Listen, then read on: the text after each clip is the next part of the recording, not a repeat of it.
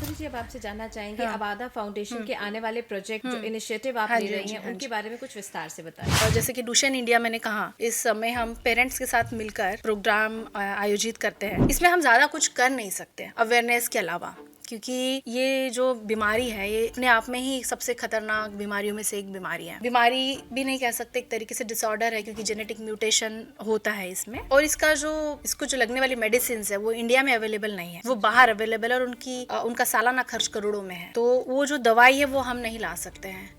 हम सिर्फ और सिर्फ एज अ ऑर्गेनाइजेशन क्या कर सकते हैं कि हम जितना हो सके इसके ऊपर अवेयरनेस आपके जरिए हो गया या और भी लोगों के जरिए हो गया, हम इसको इतना इसके बारे में बोले कि लोग अवेयर हो जाए, क्योंकि हमें नहीं पता नेक्स्ट विक्टिम इसका कौन है। इसमें प्रिवेंशन की बात भी हमारी चल रही है कि गवर्नमेंट भविष्य में इस पे प्रिवेंशन के पॉलिसी पे भी काम करे, क्योंकि ये स्टैंडर्ड प्रैक्टिस नहीं है हमारे देश में, नहीं, ये पूरे दुनिया में स्टैंडर्ड प्रैक्टिस नहीं है। और बच्चों का डिटेक्शन भी काफी लेट होने की वजह से काफी बच्चों को वो मौका नहीं मिलता जीवन जीने का। इसमें सबसे गेम होता है अर्ली डिटेक्शन का। जैसे 4-5 साल तक आपको नहीं पता चलेगा कि बच्चे को कुछ हुआ है, क्योंकि वो नॉर्मल दिखेगा। और अचानक से आपको दिखेगा कि बच्चा सीढ़ियां नहीं चढ़ पा रहा है, अचानक से आपको दिखेगा कि ये लड़खड़ा रहा है, गिर रहा है, और तब तक काफी लेट हो चुका होता है, क्योंकि आपको जो उसके लिए एक जो मैनेजमेंट मेडिसिन होती है वो आप जितना अर्ली शुरू करेंगे बच्चे की उम्र के लिए बेहतर होता है, और नई आने वाली दवाइयाँ उतनी बेनिफिट कर पाएगी। तो हम मोस्टली सोशल मीडिया का जरिए हमारी अवेयरनेस फैलाने की कोशिश करते, क्योंकि जो पेरेंट्स है वो भी इतने बच्चे के केयर टेकिंग में लग जाते कि वो भी बाहर आके नहीं बोल सकते। इनमें इनफैक्ट डिसऑर्डर में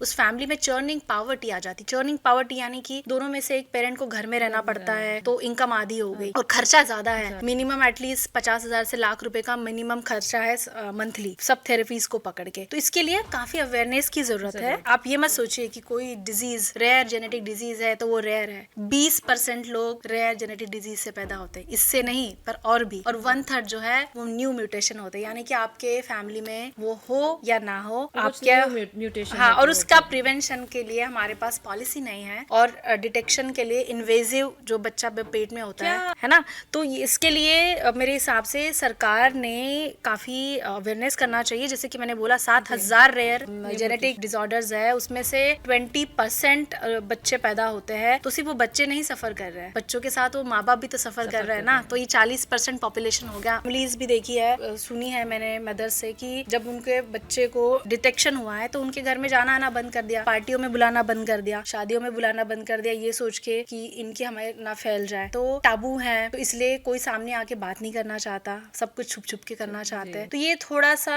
हमें इसके ऊपर सरकार ने कुछ करना चाहिए और लोगों ने करना चाहिए, एज अ सोसाइटी हमें करना चाहिए।